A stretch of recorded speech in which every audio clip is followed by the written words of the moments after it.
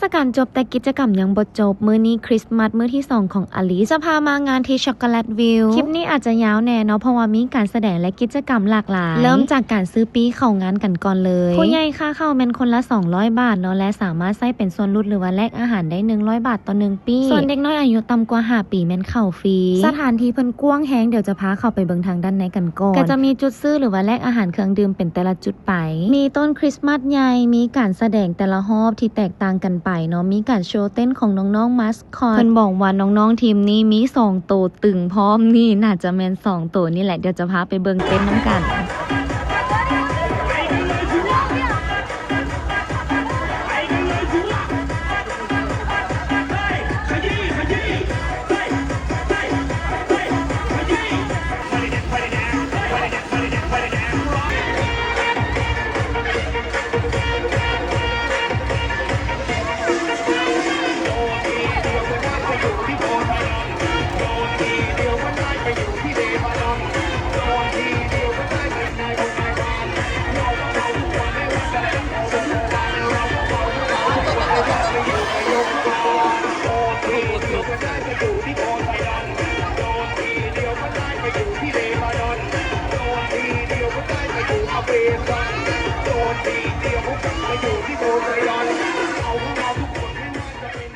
ยังซีมีการแสดงเซตต่อไปอยู่เนาะในระหว่างที่รอท่าเขาก็จะมาให้อาหารคาบิบาร่าลูกสาวอลิสน้ำมักแหงเพิ่นอยากเจอแหงพอดีอยู่ในงานมีเพิ่นก็เลยซื้อยาไปป้อนน้องเนาะอลิสจับอยู่นี่นะยากำนี้นะ100 บาทราคาแอบแพงอยู่ได้เมื่องานมี2โตเนาะคนเกือบไปแล้วบ่ฮู้ว่าจักเท่าใดก็คือน้องหั่นน่ะอิ่มแฮงแบบบ่ค่อยอยากกินเพราะปั่นได้แล้วเกือกำลังสิแล้วเนาะพอดีเขาจะมีประกาศว่ากำลังจะมีโชว์ต่อไปอลิสก็คือเคี่ยวให้ย่าน้องแล้วก็เคี่ยวไปเบิ่งการแสดงรอบนี้แม่นเขาจะเปิดสโนว์เนาะอลิสมาก็คือถูกใจเพราะว่าเพื่อนหันมักอยากเล่นสโนว์อยู่แล้วก็จะมีฟองสบู่เป็นฟองปมเป้าพอดีมื้อนี้เฮามาทันเป็นฮอบสุดท้ายเนาะมื้อนึงเขาจะเปิดอยู่2ฮอบตอนสวย1ฮอบแล้วก็ตอนแรง1ฮอบตอนนี้ก็คือสถานการณ์อลวนแฮงผู้ใดก็แบบอยากมาถ่ายรูปถ่ายวิดีโอเก็บไว้เนาะเขาจะเปิดหิมะแบบหลายแฮงแล้วก็หลายโซนเฮาก็แบบย่างไปย่างมาโซนนั้นโซนนี้แน่เพื่อหลีกคนเนาะแล้วก็อีกอย่างนึงย่านหลงกันเวลาแบบลูกย่างไปหันไปนี่หันนะคนหลายปิดสโนว์แล้วเฮาก็ไปแลนเบิ่งสถานที่ทางด้านในกันต่อเนาะเพราะว่ามีหลายโซนที่เฮายังบ่ทันได้เข้าไปฮอดเขาเจ้าจัดหลายโซนแล้วก็พื้นที่ค่อนข้างกว้างแต่ละโซนก็จะมีแตกต่างกัน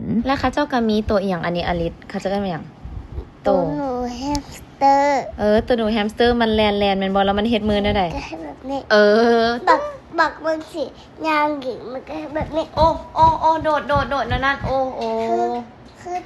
คือหมาจิ้งจอกนะแล้วก็ตอนนี้เลาะมาเมื่อยๆแล้วก็ฮอตตอนที่มาแลกไอศครีม